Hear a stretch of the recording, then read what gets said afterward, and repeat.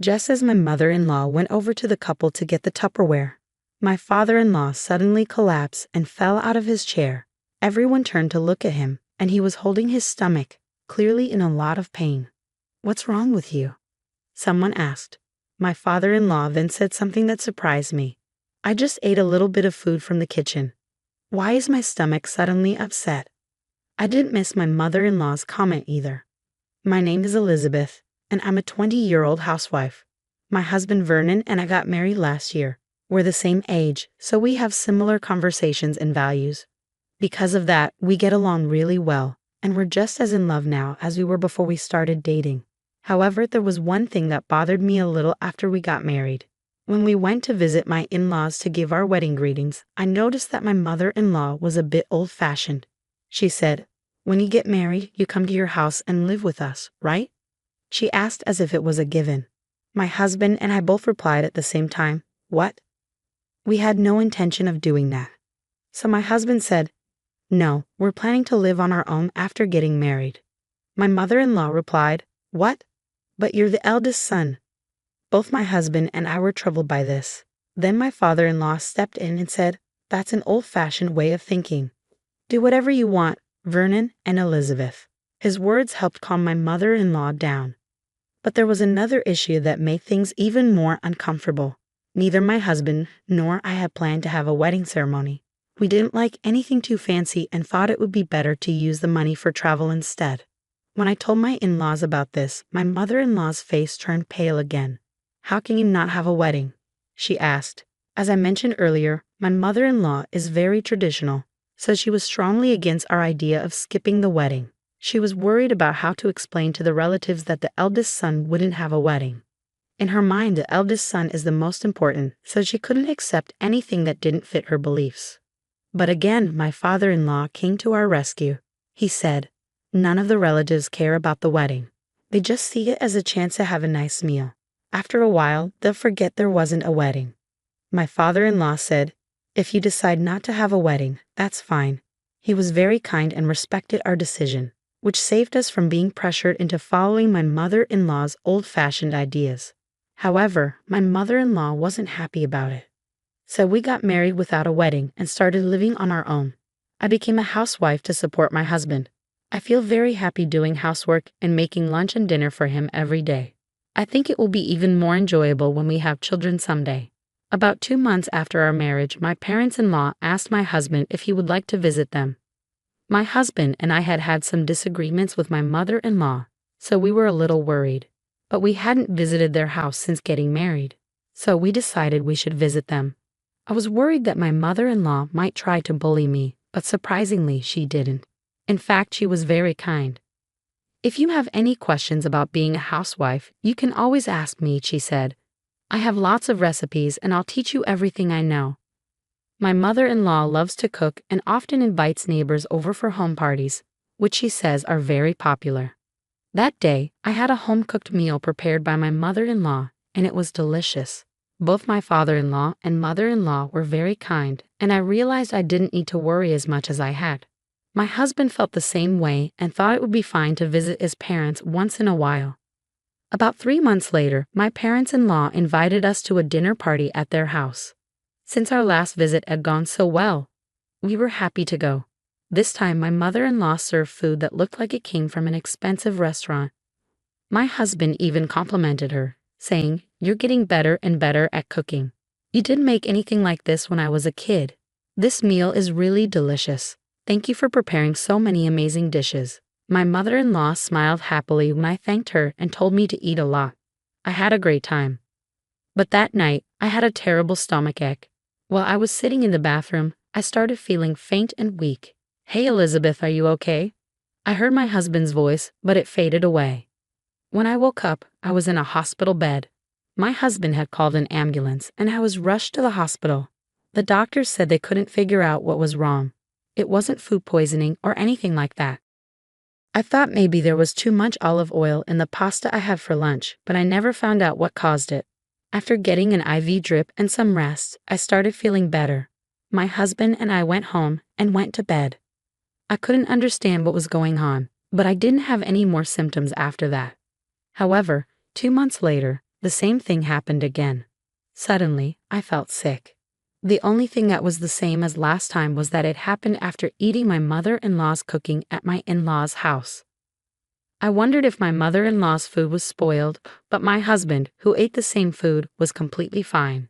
Then, a month later, it happened again after we had dinner at my in-laws' house. I invited a friend over for lunch to talk about why this kept happening to me. "Isn't that coming from stress?" she suggested. Her words made me a bit nervous. I thought I was being completely trusting and open-minded, but maybe I was feeling a bit anxious around my mother-in-law without realizing it. After all, I was getting sick every time we visited my in-laws' house, so my husband was worried too. He suggested that we stop visiting my parents-in-law's house for a while. "I don't know the cause, but this always happens when we eat at my parents-in-law's house," he said. He thought it might have something to do with my mother-in-law's cooking. I wondered if that could really be the case. After that, my mother-in-law contacted my husband several times, inviting us to dinner. He always refused, thinking of me. But after a while, we got another invitation that we couldn't refuse. My brother-in-law and his wife were coming to my in-laws' house to give their wedding greetings. I felt a bit down because I had been feeling better by avoiding visits to my in-laws' house. My husband reassured me, saying I didn't have to eat much. So I decided to eat as little as possible. When the day of the party arrived, my mother-in-law was as kind as ever. As long as we talked normally, I didn't feel sick. I started to wonder if maybe there was something wrong with the food after all. A little later, my brother-in-law and his wife arrived, and we had a nice conversation with them. Meanwhile, my mother-in-law was preparing the dishes with great skill, and more food was being laid out on the table. Her home-cooked meals looked as beautiful and delicious as ever. In fact, the food I had eaten before tasted really good, so I still couldn't understand why I was getting sick. As soon as we sat down, my mother-in-law encouraged me to eat. "Elizabeth, you said you liked this dish, didn't you?" she asked. "I made it very delicious today, so please try it," my mother-in-law said. I didn't know what to do. Then my husband stepped in and said Elizabeth isn't feeling well today, so let her eat only what she can when she can. But my mother-in-law responded, "Well then, this small amount should be fine, right?" She placed a small plate with less food in front of me. While I was unsure of what to do, my brother-in-law spoke up, "Elizabeth, if you're not feeling well, you don't have to force yourself. We've already greeted each other, so if you feel sick, don't hesitate to go home and rest." It seemed my husband had told his brother and sister-in-law about everything, and they were trying to help me. My mother-in-law realized she couldn't force me to eat her food, so she said, "Well then, I'll put it in a Tupperware for you to take home." I couldn't help but wonder why she was so eager for me to eat it. I figured that if I took the food home, I didn't have to eat it right away, so I said, "Okay, thank you very much." As my mother-in-law went to get the Tupperware, my father-in-law suddenly collapsed and fell off his chair. We all turned to look at him, and he was holding his stomach, clearly in a lot of pain. "What's wrong with you?" someone asked. He hadn't even touched the food on the table yet. Then my father-in-law said something surprising. "I just ate a little bit of food from the kitchen. Why is my stomach suddenly upset?" I did miss my mother-in-law's comment, "Did you eat some of that?" My husband immediately called an ambulance, and my mother-in-law went with my father-in-law to the hospital. We were all stunned, left at my in-laws' house. But I couldn't stop thinking about what my mother-in-law had said earlier. It seemed that my brother-in-law's wife had noticed something too. We started to wonder if there might be a secret in the kitchen.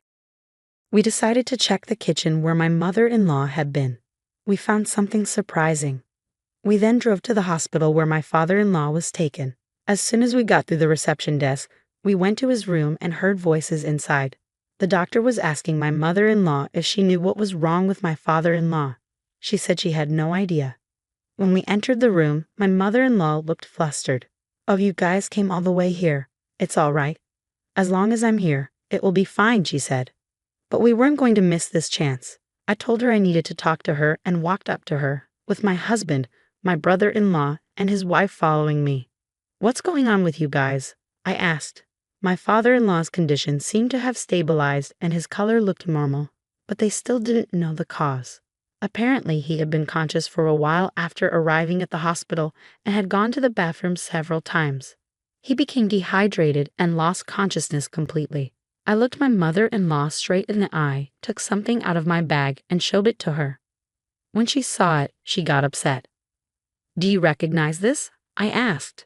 She replied, well, what is it?" trying to act like she didn't know. "This is a laxative," I said.